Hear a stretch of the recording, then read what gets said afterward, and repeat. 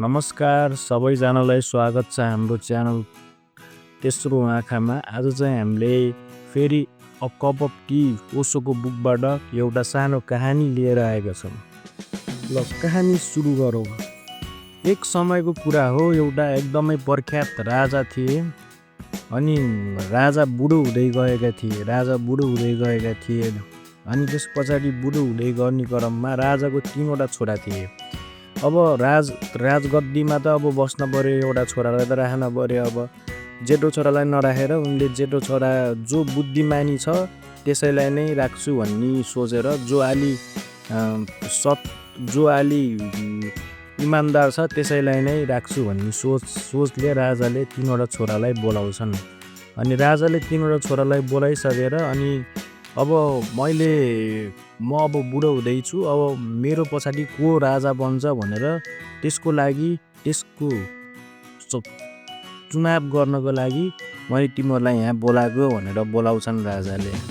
अनि त्यस पछाडि राजाले 3वटा छोरालाई एउटै खालको बिरुवाको बिउ दिन्छन्। बिरुवाको बिउ दिइसकेपछि राजाले त्यो छोराहरूलाई ल यो बिउ सार, जसको फुल राम्रो र एकदम राम्रो हुन्छ, जसको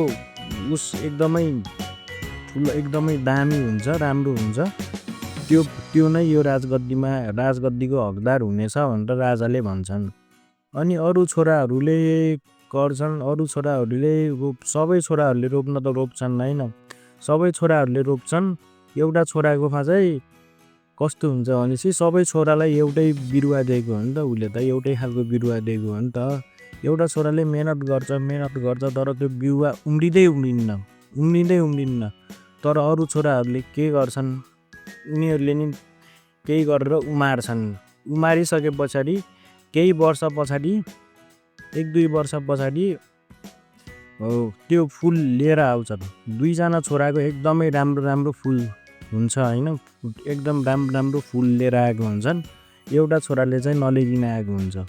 अनि त्यस पछाडि राजाले सोध्छन् कि हेर्छन्, सबैको फुल हेर्छन्। राजाले फुल हेरेर अनि त्यस पछाडि जसको फुल भएन नि, जसको फुल फलेन नि, त्यसैलाई नै राजाको त राजा हुने लायक छस् भनेर भन्छन्। किनभने राजाले उनीहरूलाई कुहेको फल दिएका हुन्छन्। त्यो 2जना छोराले त्यस्तै खालको त्यही किसिमको बिरुवा खोजेर नउम्रिएपछि, त्यो बिरुवा राजाले दिएको बिरुवा नउम्रिएपछि त्यही किसिमको बिरुवा खोजेर अनि त्यस पछाडि बिरुवा खोजेपछि उनीहरूले उमारेर देखाउँछन्। तर त्यो अर्को छोरा चाहिँ एकदमै इमान्दार हुन्छ। इमान्दार भएको कारणले गर्दा उसले भन्छ मैले फुल फुलाउनै सकेन भनेर भन्छ राजालाई। त्यस पछाडि राजाले बुझेपछि बल्ल त्यो राजाले जुन चाहिँले उमारेको थिएन त्यसैलाई नै राजगद्दीमा बसाल्छन्।